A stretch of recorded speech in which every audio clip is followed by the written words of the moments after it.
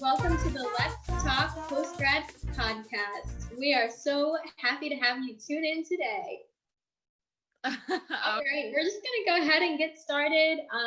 Quick check-in with us. Tess, what's up with you this week? What's going on? Yeah, this week has been kind of a funny one. I feel like, so I don't know if anyone, this is what I'm going to share, so get ready. Maybe I should see a doctor about this and not be talking to the podcast about it.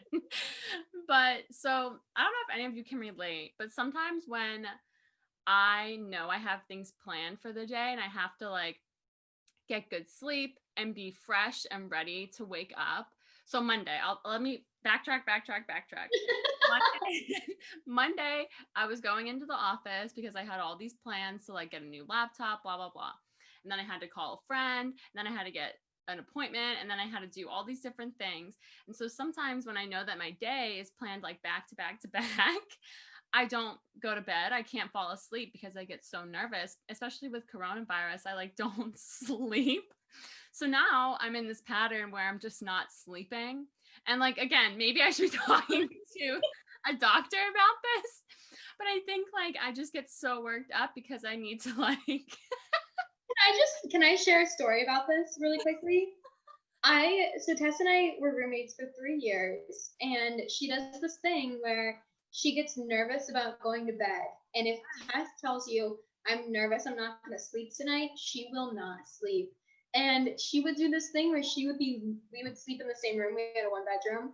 And she would do this thing where she would be mad that I was sleeping. And so she would like make loud noises in the middle of the night and like grunt and like throw her pillow on her bed and like make a shit ton of noise because she was jealous that I was sound asleep and she wasn't. And then in the morning, if I woke up and I was like, good morning, how'd you sleep?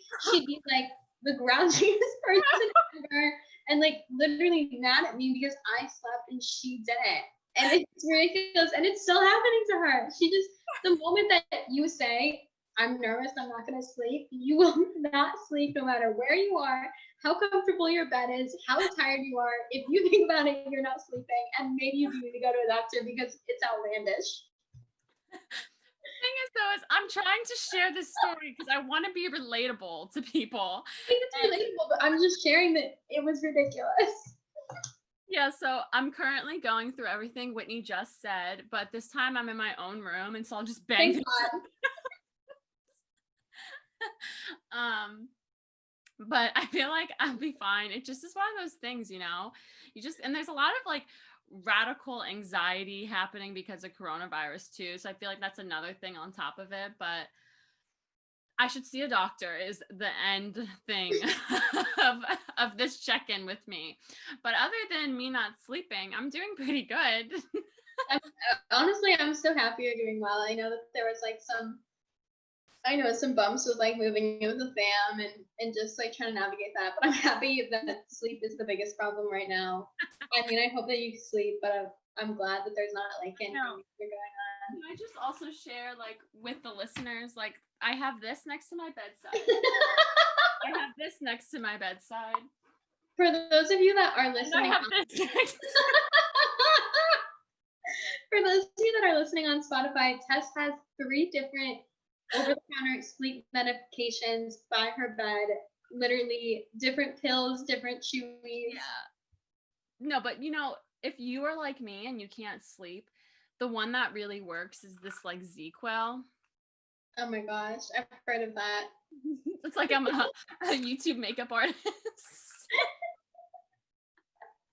So that's how I'm doing. Subscribe and get ZQL now. Just kidding. We don't have ads yet, but get ready. No, this is what is this? P&G who makes this too? Like they're too big of a company. Anyway, whew, yeah, that's it. Whitney, how are you? I feel like we need some to change the subject. Honestly, I'm pretty good. Recently, maybe this is TMI, but whatever. I'm gonna share it anyways. Recently, I decided for myself to get off birth control because I'm living with my partner now, and it just seems like a good time. And I got off birth control, yeehaw, because I think that it makes me a worse version of myself. I think Yes. that it makes me grumpier, it makes me unable to handle stress, and it makes me like respond to situations way more emotionally. Maybe it's placebo effect, maybe it's not. I feel like ever since I got off of it in my post-grad life, I am happier. I'm able to respond to stress better. I'm not sniffing at Paul as much or really literally at all. And I'm laughing a lot more. Maybe I'm just in a good mood. Maybe it's because of birth control. It was one of those things where it was like, I feel sad and I'm not sure which part it is in my life. So I'm just going to X out one of the things as a control and see if it works. But stay tuned. Getting off birth control. I know a lot of women talk about it. No one ever knows what to do about it. I don't know what to do about it because, there's always a risk. But I'm really happy with the decision and I feel better. So that's me this week. I'm living my best life. And let us know. Yeah, like honestly, I feel hormone free. But again, placebo effect maybe. I've read so many studies that are like, this isn't a real thing. And I've read so many studies that are like, this is totally a real thing. So take it as you might. That's 100%. I feel like when did I start taking it? Sometime, I feel like I was like 17, but and maybe it's like we talked about this before too, Whitney, like maybe just because we're older now, so obviously we can handle emotions better. And like I wasn't handling emotions as well like 2 months ago. That's true, but like that's also where like coronavirus, so it's just like yeah, so we'll see. Placebo effect is possible, but I've been on it for like literally 7 years. So you're like actually having your own hormones in your body. You're not. I'm dating myself again. I'm saying, "Hi, Whitney. How's it going?" It's great. So that's like my post-grad experience right now. Because if we're being honest, I feel like birth control is a necessity in college, and maybe now it feels a little bit more comfortable. So yeah, maybe that's way too much information. I don't know. I just feel like I'm trying to be candid. This is what's happening to me this week. Also, I got Chick-fil-A. Oh my gosh, I'm buying it tomorrow. That's my other update. Chick-fil-A, that was a really good experience. I don't know how they make their supply chain so efficient. I'm really yes. Oh my god, I fangirl. Last time I was in the Chick-fil-A drive-through, there was like it honestly looked like I was going into a circus. Like they had this like huge tent popped up in the driveway and I was just like, oh my god, like this is an experience. And every Chick-fil-A like person that's working, I always say like, you're so efficient, thank you, great job. They're like, my pleasure, like thank you for being you, like, and they're like walking with me while I'm driving. I feel like I need to stop, and they're like, oh, we're moving, come along. And I'm like, literally same. There was 2 lines, there was a big tent put up, and I'm like, literally just buying this tent for the cars, or like it's probably for the employees, not for the cars, so they can stand under there and take your order. We moved through that Chick-fil-A line faster than you would move through Annapolis rush hour traffic. So fast. Yeah. So those are my updates this week. Tess and I reached 150 followers. Thank you to those of you that are following us. That was our first goal, and we decided we would buy ourselves Chick-fil-A. So huge thank you to the supporters out there. We see you. We appreciate you. Thank you for endorsing the Chick-fil-A habits. So this week we have Isaac on the show. He is a Penn State agricultural sciences graduate and a good friend of ours. And he drops a ton of gems. Tess and I were both crying during this episode. Yeah, he really just kind of told us what it was, and in just such a beautiful way. Like it just really so on my heartstrings. So we hope you all enjoy it. Welcome, Isaac Clemens. Hi, Isaac. Welcome. Thanks so much for being here. We're just gonna jump right into it and ask you where you're at. What are you drinking? How's it going? Mostly, what are you drinking? So first of all, thank you for having me on the podcast. I'm super excited to talk with you guys and answer all your questions. But what I'm drinking some water because I'm just basic like that. Nothing special about me. But no, when working on a farm, you just need to stay hydrated. All the mental things I do, physical things I do, gotta keep healthy. And plus, I haven't drank a lot of water today, so I need to catch up on that. Oh my gosh. Is this like an Aquafina commercial? I guess so. So wholesome. We love it. So Isaac, why don't we talk about kind of, you just touched on how you're farming and that you have the life of a farmer. So why is that the way it is? Do you want to start maybe like kind of with what your major was at school, what you studied, what you did to kind of take you to that point, maybe? Yeah, sure. So I went to Penn State University, graduated with a major in agribusiness management and also with a minor within agriculture communications. Um, why I chose that major is because farming has much been my entire life. Grew up on a dairy farm in New York, small town called Prattsburgh. It's basically what I know. It's basically what I'm passionate about. Love cows. Um, just eager to help the world by continue to feed the world pretty much through agriculture, and that's why I wanted to go to college to get the major and minor um, in ag business and ag communications. Um, Oh my God, literally bringing tears to my eyes. Isaac, I think you are so cool, and I love that that's your attitude towards agriculture and just wanting to feed people and help people through that. That's like the food is such a common gatherer, common ground for people, and I love that that's your outlook. Yeah, for sure. And that's why I kind of went with an ag communications as a minor too, because people need to know how important agriculture is because we can take this outside of food too. It's like, I mean, both of you know, it's like clothes you wear, the fuel you put in your cars. It's agriculture is everywhere and it impacts everyone. So just trying to get everyone on the same page, how agriculture is important, I think would be more beneficial for everyone. Yeah. No, that's so interesting. And I'm kind of curious, you kind of touched on it. You're located in like a small town, Prattsburgh, and I know that you kind of grew up in an area where you went to school with how many people you graduated with? Wasn't it like a small amount of people? Yeah, so I graduated with 30 students. Yeah, and then yeah, Whitney's like me too. Yeah.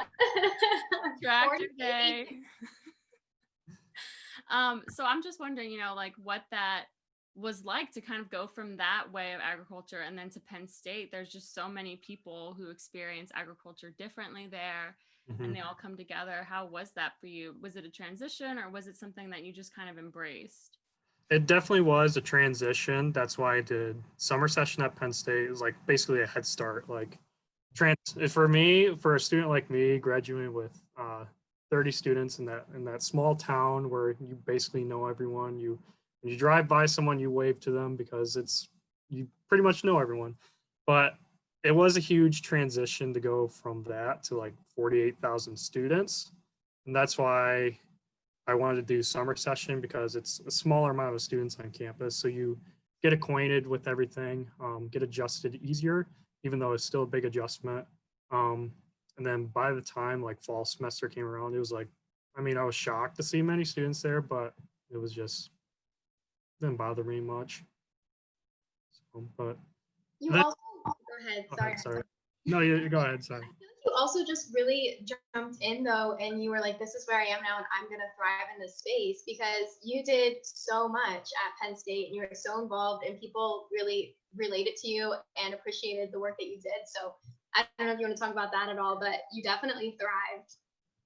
Thank you. It's very thoughtful, Whitney. Um, Oh my God.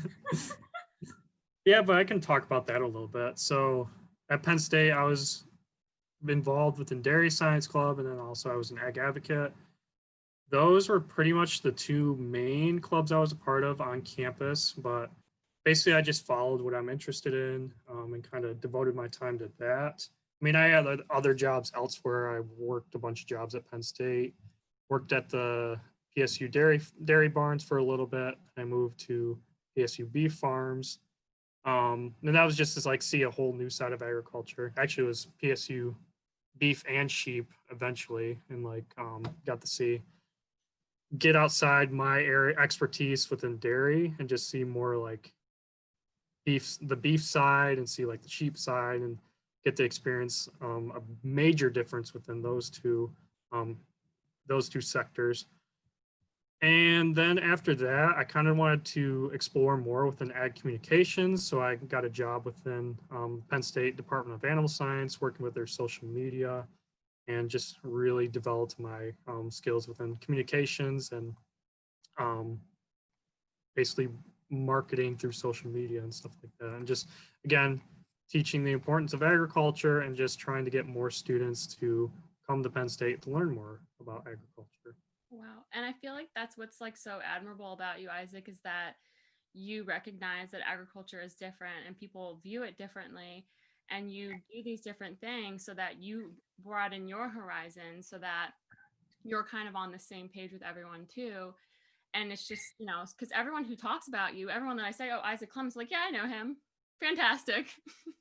Like, Yeah. that's a lot of work to have, you know, yourself built up like that, especially in the College of Ag Sciences where it is challenging, you know, to have everyone comes from different backgrounds and it is hard once in a while, but you kind of, you know, understood that and then did what you could to kind of, I don't know, have a common ground with everyone. Yeah, and I feel like just to piggyback off of that really quickly, I really appreciate and admire you because Tess and I both don't come from an agriculture background. And I felt like, I don't know, we always talk about how there's like the dangly earring people and then the yeehaw, what's for dinner, it's beef people. And you are really good at finding the common ground. And I really appreciate that you do that. And I'm curious if there's things that you're doing right now in your life that kind of feed into that a little bit, or like how you're continuing that message, or what you're hoping to do to continue that message maybe in the future. Yeah, sure thing. So like currently, I'm back working on my dairy farm. I have a managerial position right now. So just to see with like trying to do the more the communication side of part of this job, I'm training someone actually to take over my position. And basically it's just like the show, like kind of be, I don't know, like be in the middle to just like, okay, they understand this, so I don't really need to teach them much on this, but they don't know much about this, so I really need to emphasize, okay, this is what we're going to learn more today, and just kind of let them like explore for themselves too. So that's where ag communications is seen for me today. Um, in the future, well, I my main goal is to teach everyone about agriculture still. And how I want to do that is like explore new ways. So I think we could like take this. I'm interested in urban agriculture. I like how um, people are able to farm within the city through gardens and stuff like that. My goal is to take that to another step with my knowledge within dairy farming. Why don't we see if we can't bring a dairy farm within a city? Doesn't have to be a big city, doesn't have to be a small, it can be a small city too.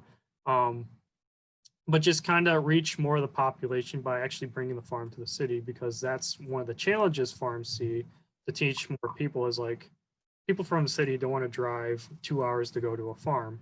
So why can't we just close that gap a little bit?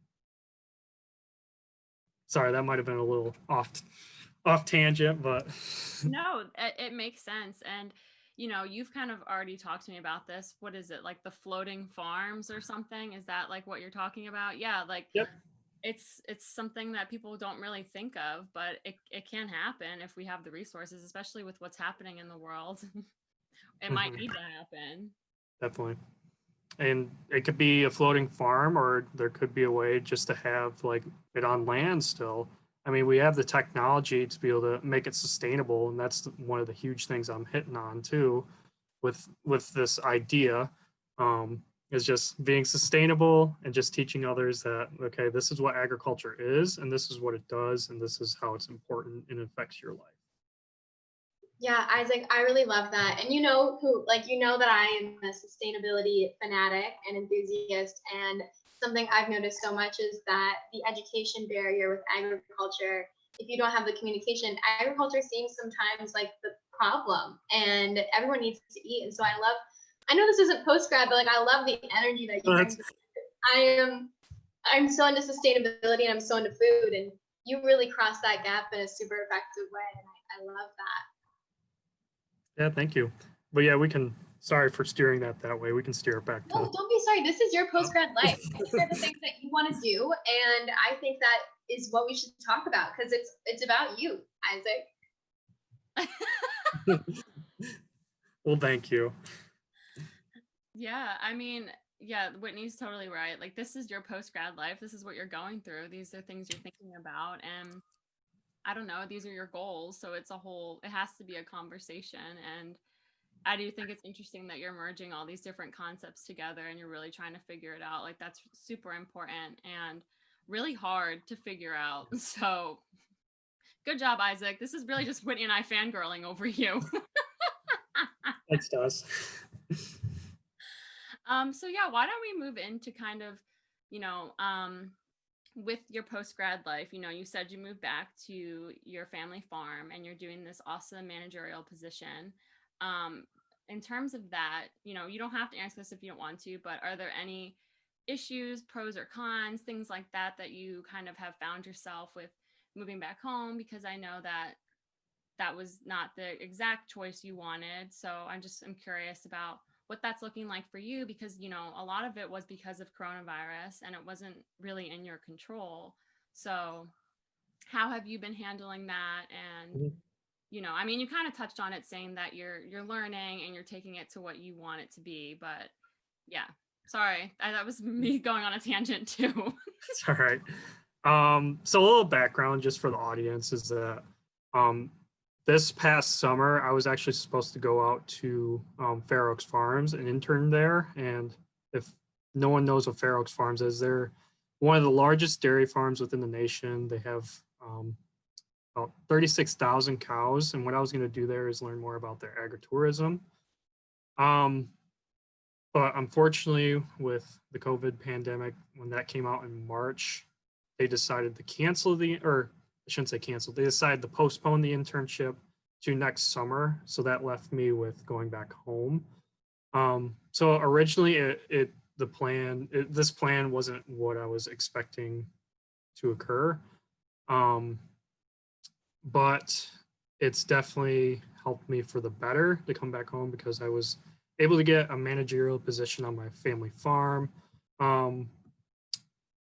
I say it's a managerial position because we don't really have a certain name for this type of position on my farm. What I called it was like the outside barn work manager. Basically, like I would like clean pens, make sure everything's sanitary, feed the cows and stuff like that, and then have I think I had 2 or 3 employees. Actually, it's 3 employees under my wing. Just trying to see if keep up and make sure they're doing everything right, and then train others if they don't know what they're doing, and just kind of get them on board with that. Then I am actually moving into another temporary position, since my dad, he's got to go through surgery, so he's going to be recovering for a while. So I'm taking over his position as the temporary herd manager, which is a big step for me. And that's why I'm training someone to take over my position. But yeah, I'm excited to take over that position and learn more about how to manage a dairy farm, because that's something that I want to know more about. So I guess the pros to that is basically what I just said. Like, I'm learning how to manage a farm. And also being home, I get to spend more time with my family. From what I missed out on college, I get to just see my family more and do more things with them, like have dinner with them every night, and just go out to Tess. I see you're getting emotional. I'm so sorry, Isaac. You just really make me feel things. I just feel like you're so in touch with yourself, and it's so refreshing. I'm so sorry. No, it's okay. It's okay. I'm sorry for making you cry. No, it's a good thing. I'm just also crazy nowadays. So I get to just spend more time with my family. that I missed out in college, like I said. And then what I just talked about with that urban dairy farm. Now, like, since this internship was postponed to next summer, I'm still planning on doing that, but I have more time to prepare from now to then to like prepare this plan for like a urban dairy farm. Um, just kind of like prepare a business proposal pretty much. That way I can get this idea like in traction, talk to people about it, just try to see like where we can go with this pretty much. So those are the pros. Sorry, I got my little list of things that You are such a busy human. I just feel like you always you're looking forward to what's next and what's happening. And thanks for taking time to talk to us. Honestly, like we're not done with the podcast yet, but I just feel like you could be doing so many other things right now. No, yeah, thank you for having me on the podcast though, because like it lets me be able to share about like what I'm doing and like what my plans are and just get the message out there that ag's important. That's what I'm hitting on too. So, but yeah, thanks so much.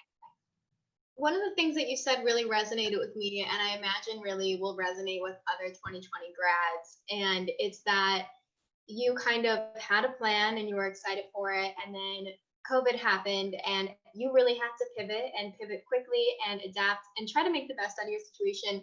And I'm curious if, you have any advice or anything that you took away from that experience, because it sounds like you're looking at it as a way to prepare for what's next.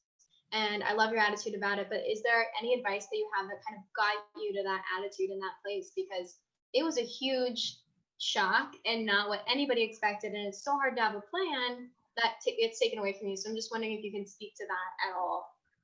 Right. So I guess the advice that I have is change is going to happen. It's okay at first to just like, if you are sad about it and are down about it or like it's frustrating, it's okay, because I didn't like when this change happened, I didn't just like, oh, I'm happy about it, I'm positive, I'm going to keep going about this. At first it was very frustrating for me to see like how everything is going and like how my life is changing, because that's what change does. Everyone goes through change and a lot of people experience the same thing, and that's okay. But I guess the advice I would give is don't stay down in that low. Find ways to be able to just pick yourself back up, start a new plan, and figure out, okay, what am I going to do next? And it's okay if that takes time, but again, just don't stay down in that negative state. Wow. I feel like I'm still there. No, and I do think that's true because, it was really hard to accept it. Like, it really was. Like, I know I've talked about it with you and with Whitney when we weren't going back to school and when things were changing so fast like that for us. It was like we were going through grieving and a grieving period because, denial and then sadness and then anger and all these emotions. And I do think what you're saying, and it's so true, you have to really just find a way to pull yourself out of it or it just keeps getting worse and it's a snowball effect. But it's hard to do that, and I know that a lot of students right now that are going to school, they're still feeling those feelings and there's not much they can really do, and they're also stressed about finding a job. So I guess that's why Whitney and I started this podcast, just to kind of showcase that it's okay and that we're all in the same boat and that we'll eventually figure it out. And like you said, like you figured it out, and I started crying because you were like, now there's all these pros. I can be with my family and I can experience these things in a different way that I wasn't necessarily going to have. And I think that's really important and really good to emphasize. And yeah, thank you for that. Yeah, you're welcome. And also like another thing too, like if you're down in that negative state too, it's okay to talk to others. We are all human. We're not perfect. That's just how it is. So it's okay to talk with friends, family about it, and just like, because they're the ones that'll give you the best advice and they'll help you get to that positive state. Yeah, Isaac, thank you for that. And I mean, that's something I'm still doing even now. And I'm still talking to people and being like, once a week, I'm really struggling with COVID and I'm really struggling with these things that are happening, even though there's a lot of goods and there's a lot of pros.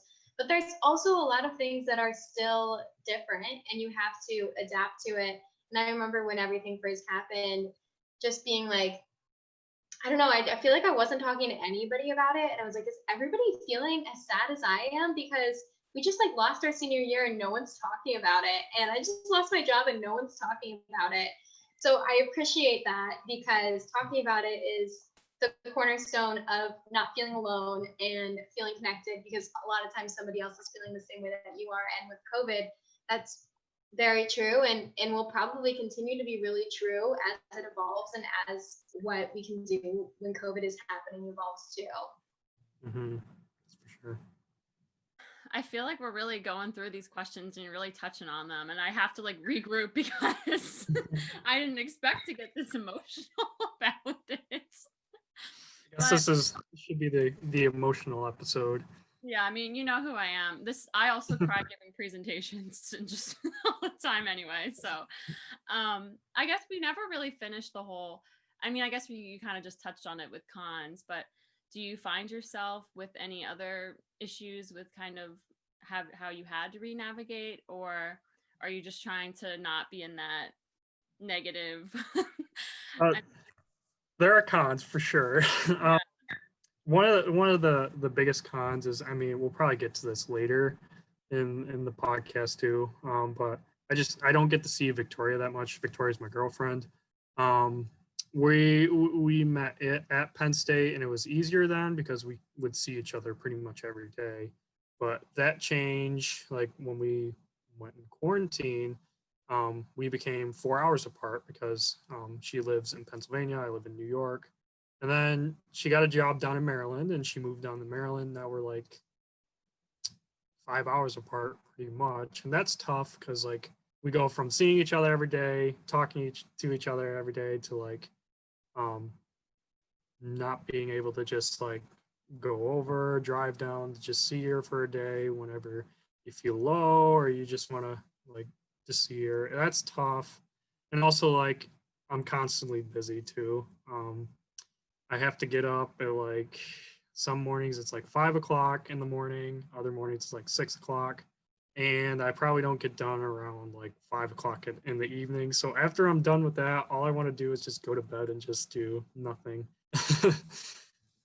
But those are the two main cons that I had. Yeah, thanks for sharing some of the cons. And I think that's something that a lot of other people can relate to. Tess, I know that you're not seeing, I mean, it's not the same distance, but I know you're not seeing Chris every day. And that's something you used to do on a daily basis. When you're in college, you can just spend the night. And unless you moved in together, or if you try trying to balance the geographic differences, that can be really tough. And I think that's something that a lot of people can relate to. Mm-hmm. Yeah, and I'm just curious, kind of, because I know she's also a busy woman and she's trying to apply to vet school and do all these different things.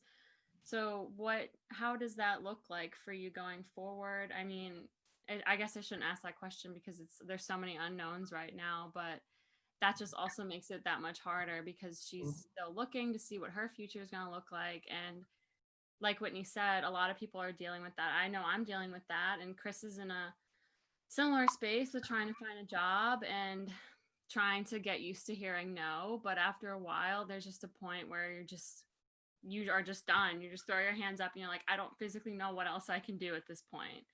Mm-hmm.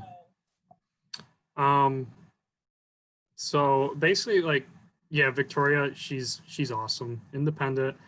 I love that that's the word you use to describe her. It's so yeah. Independence in a woman. Yeah, that's definitely her. But yeah, so she got a job down in Maryland. She's working on following her dreams to be a vet. And I totally support that. Like, I always wanted her to go to Maryland. I always pushed her to like, okay, apply to vet school. I mean, she had that personal motivation too. Like, she wants to go to vet school. She's gonna reapply. I just was there to support her and just kind of be there for just help and support pretty much. And also like during when she was applying to vet school too, I would always ask, hey, did you get your essays done? Hey, did you do this and this? And she's like, I got it. You don't have to let me know every Let me single like gas her up for a second. I don't think people recognize that applying to vet school and getting into vet school is like a million times, not a million, but like probably twice as hard as it is to get into med school because there's less schools. Yeah. You have to like have much better grades, much better extracurriculars. And I just from having two good friends in that program and watching them go through that, she is a smart cookie. Like that's has to be so hard and draining. And I'm just happy she has you because of how in touch you are with yourself and with your emotions. Taurus Pisces, we can talk about that here in a minute. I'm happy you guys have each other because I feel like for what you both have chosen to do with your career paths, that's so important for Mhm. you both to kind of have that understanding. Mhm. And we both support each other too. I'm not just saying like, oh, I fully support her. She doesn't support me back. No, that's not the case. She supports whatever I want to do too. But it is tough and it is a challenge trying to figure out, okay, where are we going to go next within this relationship, and like how it's long distance right now, and we don't know if like she'll get in the vet school this round or like where I'm going to end up. We know that next summer I'm definitely going to Fair Oaks. And she supports that. But like we don't know where she might end up in vet school yet because she applied to a bunch of different ones. We have an idea she wants to go to Virginia, Maryland. That's why she moved down to Maryland to try and get that in-state, or try to be in-state to be establish that, I guess, in-state tuition within Virginia, Maryland, and again, totally support that. And then like also to get that experience within being like a vet assistant or just helping out with research and get more of that research experience to help her more competitive within vet school. And yeah, definitely I fully support it, and she's doing a great job so far. So Isaac, you are so lovely and supportive, and I can tell that you really care about Victoria, and that's so good to see. And I'm curious. I've been in long distance relationships before, with a really large distance in between, and it's really tough. And I know that there can be pros, but there's also a ton of cons. And I'm curious if you have, again, any advice or anything that you want to share, whether it's advice or not, about that experience and how it's been to navigate that, because I know from personal experience it's really tough, and I admire you and Victoria trying to navigate that together. yeah, so some advice, basically just like try to talk to each other as best you can, even if it's like only for a half hour. Just trying to like find time to talk with each other and just see, like it might not be in person, but if it's on the screen, I mean, you're still communicating with each other. It might not be the same, but it's still you're talking to each other, seeing how you're doing, and like seeing and just keep seeing how like their day is going and stuff like that. um it's also okay to text too. Like we still text daily. It might not be as much, but we still text daily, and she's pretty much the only person I talk to with how busy I am too. But yeah, just trying to keep that constant communication with each other is definitely beneficial within the relationship. Maybe within a long distance relationship, I should say. Wow. Yeah, it really seems like you both are trying to keep each other as a priority in your lives. And that's really hard to do sometimes, especially with what you two are pursuing. So that's really a good habit to get into. And wow. Yeah, you guys are really doing all the right things. I Mhm. mean, yeah, I mean, it has to be that Pisces Taurus, right? That's like the most compatible. Is that the most compatible sign? It's compatible. I've I'm not dated a lot of sure. Taurus. I'm not sure, but I remember you like showing me something. It's like we're 99%, like I can't remember what it was about, but it was like 99% match or something. Mm-hmm. No, it's so true. Do you believe in astrology, I think? I mean, I'm not into it that much, but just seeing that, I'm like, oh, that's pretty cool, and that's I can see it. I think I mean, I know that I've read your horoscope to you and I've done all these different things, and you're just like, okay, like, what do you want me to do with that? I mean, I'm like, yeah, I can see it. I'm just not 100% into it, but I think it's cool. Like seeing all the horoscope stuff and just like reading it, like, oh yeah, that is kind of me, or like, oh yeah, I see that, but it is cool. It's interesting. So interesting. Yeah, Pisces. We have two Pisces in here in this Zoom room. Hmm. I am way more into astrology, I think, than Isaac is. But from what I know about myself, I think you are a full Pisces to the max. Oh Um, yeah, 100%. I'm an emotional person. that's pretty much our trademark, to be honest. Yeah. Yeah, but I appreciate you sharing that and kind of how that has been for the two of you. That is challenging, but it sounds like you're really dedicating time to each other, and I think that at the end of the day, that's really important. I know that I've started to think about my relationships, whether they're romantic or friendships or whatever. I mean, romantic is here, but friendships as like dates almost. Like if I schedule to call Tess, it's like that is a block that I can't move.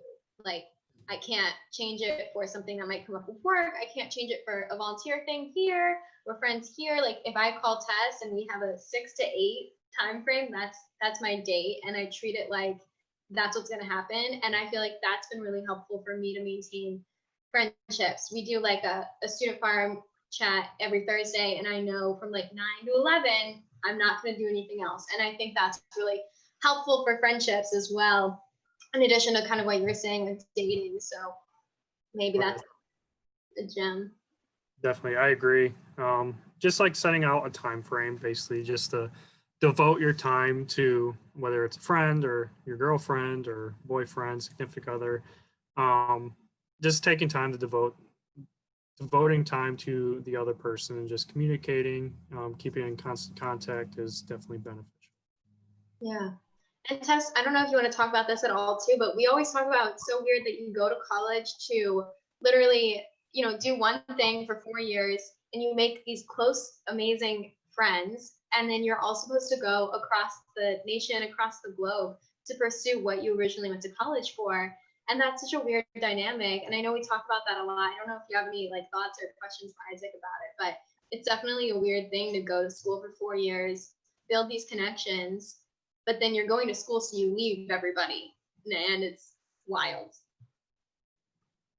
That's for sure. It's definitely different, because like you become close friends with just like a whole bunch of people, or with a couple people even, and like you go from talking and seeing them from every day, each and every day, to just like barely talking to them and just like saying, and just, I mean, you still keep in contact with them, you still are close friends. I don't know, guys might be different than what girls do, but I know Dylan and I, my best friend Dylan in college, we basically talk like, I don't know, every 2 weeks, and it's just like, hey, how's it going, and just like text for a little bit. Sometimes we call each other just to keep up, but yeah, basically it's kind of like, we just say like, how's your day going and stuff like that, and I don't, yeah. 'Cause, another thing too, kind of what you just said, Isaac, like these friends that we make and we grow close to, some of them we really had to work for. Like Dylan, for example, like him and I didn't really he's gonna watch this and be like, what is she talking about? But it's so true. It's just you create these friendships and you've worked so hard for them to have this, this level and these conversations, and then like that they're gone, and now they're away in Wisconsin or all these other places, and it is hard to kind of keep them, be like, how do I keep you close? Do I just send you a Halloween card and hope that that's enough, you know? Right. So it's something to think about, and I think that's just kind of how it is in post-grad life. You just Mhm. gotta kind of keep in touch with who you can and do what you need to do. And a lot, like you're very busy, so it is hard, and a lot of people say they're busy, but to some extent also coronavirus is happening, so what else are you doing if you're not a farmer? Right. Right. I really have always believed that it's like if somebody's like, oh, I didn't have the time, I hear that and I get that, but I feel like a lot of times it's that you didn't make the time. Like that's not the priority that you had. And so I feel like it's not fair to say, oh, I didn't have time, because everybody has time if you make it. And Right. that's something that I'm reminding myself of now in things that I value and relationships that I value, that it's not a matter of, do I have the time, but did I make the time? And is that something that is worth it at the end of the day to me? And it sounds like you're doing that in your life and just crushing it, Isaac. You're doing good. You're doing great. Yeah, like Thank Whitney and I are just consistently impressed. The bar is really high. Thank you. So I guess we could wrap it up here and kind of ask you 2 words you have to describe your post-grad life. Do you know your 2 words? I have my 2 words. Oh my gosh, so prepared. Well prepared. My 2 words are eye-opening. One thing that I didn't really get to cover is that I did apply to a bunch of jobs after or when this whole pandemic came out, just to see like, okay, maybe I can do something else, and just see like, or do something that I'm interested with in ag communications. And what happened to that is they all came back no, and that was very eye-opening to see. Okay, like a bunch of these doors are closing. Um, it's eye-opening to see, okay, what door is opening for me too. Once a door is closed and it's locked, then you just gotta keep moving on. It'll show you to the right door. It'll open up the right door. And it's also eye-opening just to see or learn more within the dairy industry and just like um, learn how to actually be a manager at 21 years old, because that's challenging. You gotta make sure like everyone's still doing their tasks and like everyone's on board with everything and make sure everything's done right. So just learning how to do that and just how to be a manager is very eye-opening. I think that I really appreciate you saying that metaphor with the door, because a lot of people, when the door is locked and it's not opening, they'll just keep pulling on that door, and that's me. And I think that it's really healthy to kind of know that there's a different path, and that I sometimes don't like this phrase, but everything does happen for a reason. I like to believe. I mean, coronavirus, I don't know what the reason is yet, but I do think it's really good for you to be looking at it like that, and to kind of take it with a grain of salt, and to know that you'll figure it out. So that's a good word, eye-opening. I think that that's really, really true for post-grad life. Yeah, I just to piggyback off of that, I completely agree with Tess, and I think that I really appreciate you sharing that you did apply for a lot of jobs, because I mean, I know that I applied for, literally, if I look at my folders, probably like 70, and I got like 1. And at the end of the day, it's okay if you still don't have a job, or you have a job, but it's okay that if you got no's, because every no is, like, cheesy and dumb as that shit sounds, every no is just like guiding you to a yes, and it's like not your turn yet. Every no is like, just wait a minute, and something for you that matches you, matches your energy, matches what you want to bring to the table and your values is coming. And I appreciate that you sharing that, because it's so true. And 2020 grads really had a fireball thrown at them that they had to adapt to and dodge and work through. And jobs, they're hard to come by, and it's a tough time to be entering the job market. And I appreciate your candid feedback, and eye-opening is really good. And I love the metaphor with the doors. And we're just really happy to have you on and share your grounded, insightful thoughts. Yeah, well, again, thank you for having me on, and I'm always happy to share some advice and just help anyone out. Wow. Thank you, Isaac. We're so happy that you came on. Yeah, we really appreciate you and all that you've had to say tonight. Do you have anything else you want to talk about? Or do you have any questions for us? I mean, I do have some advice. Like, if you want more advice tonight, I got. But throw it out. But I guess like I've always like had this quote for like the longest time. Like, this is a little cheesy, but when I was like a senior, this was also my senior quote and everything. But I mean, I just take it where I go, because I really love this quote. it's this quote. It's when writing your life story, don't let someone else take the pen.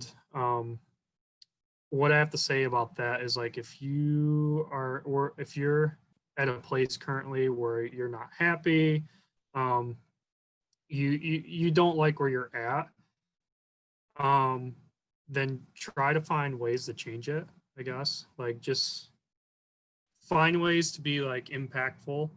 If you're like an eager post grad like me, just find ways to like with this podcast. If you if you want to like change lives and like be impactful or just inspire change somewhere, just find time outside what you're doing within your job or what you're doing now, and um, just come up with an idea to change the world. Like for example, what I'm doing is like I'm starting to plan. Okay, how are we gonna bring a farm to a city? Um, just do stuff, and even you can also like help with like fundraisers, go out and do community service. Just find ways that make you happy and that make others happy. Isaac, that really got me emotional. I don't know if you saw that. So I think that's beautiful, and I've definitely felt that and resonated with that. And I don't know that quote, but I'm happy that I do now, because I was talking with somebody the other day, and a lot of entry level jobs is what he was saying is they're not giving you maybe the autonomy that you want or the gratification that you want, and we all have things that we're excited about and things we're passionate about, and I love that that's kind of your insight and that's what you have to share, and that you're looking at it as like, what can I do outside of my 9-to-5 job, what can I, or 5-to-5 if you're farmer Isaac, job to feed my soul and to have an impact and to help my neighbors. And I really admire that that's the way you're looking at it. So thank you for sharing that. That really got me. Yeah, you're welcome. Yeah, I do think it's true to kind of, we appreciate your drive and inspiring others to keep finding that. And it's true, you don't want anyone to take that pen. If anything in life, you can control yourself and what you do. And I think it's important to be reminded of that, especially right now with what I'm doing. I'm living at home with my parents and my family, and it is hard sometimes to be like, what am I doing? Like, is this what I want? And you just have to keep asking yourself if that is it and what else feeds your soul. And it's part of the reason why Whitney and I started this podcast, because of that, and how, it is hard to keep finding that, but it's important to do so. And yeah, we appreciate your drive and for bringing that up. That's super important. And no one really talks about those things. I mean, they do, but I feel like you're really emphasizing that tonight, that it's truly up to you to figure out what you need to do for yourself. You can't just kind of wait around. Yep, for sure. Always happy to help. All right. Well, is there anything else that you'd like to share with us? Any other jewels of wisdom that you want to just drop to make me cry over here? That was the one thing I wrote down, but no. Yeah, like, congratulations. You really just made Whitney and I both cry.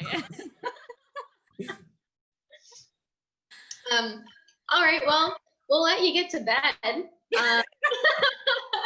Yeah, get some food first. So eat a meal, call your girlfriend, go to sleep. Have a great night, and thank you so much, Isaac. We are so grateful. Yeah, you're welcome. Thank you so much for having me on this podcast. It was great talking to you both and just chatting with y'all. All right. It was great seeing you, Isaac. We always end these awkward, so we'll talk to you soon. All right. Talk to you soon. Bye. Bye.